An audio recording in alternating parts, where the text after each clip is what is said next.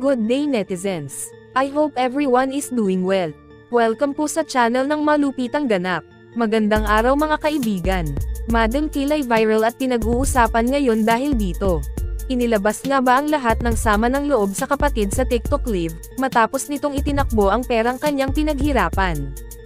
Hanggang saan nga ba ang tiwalang kaya mong ibigay para sa iyong sariling dugo't laman? Yan ang ating pag-uusapan ngayon. Hindi halos makapaniwala si Madam Kilay sa ginawa ng kanyang sariling kapatid. Dahil sa lubos na tiwala nito sa kanyang nakakatandang kapatid, hindi nito naisipan ng masama ang ate, sapagkat ito na umano ang naging kanang kamay niya upang may mapaglagyan ang kanyang pinaghihirapan at yun ay ang pagnenegosyo na ang pinapa-manage nito ay ang kanyang ate. Ngunit ngayon sa hindi inaasahang pagkakataon, nanginginig sa galit na isinapubliko at isinalaysay nito ang buong pangyayari kung bakit umiiyak at nanginginig ito habang humaharap sa camera na hindi naman nito kadalasang ginagawa sa social media. Ayon sa pagsasalaysay ni Madam Kilay, kara-rating lang umano niya sa bansa dito sa Pilipinas ay ito pa ang bumungad sa kanya.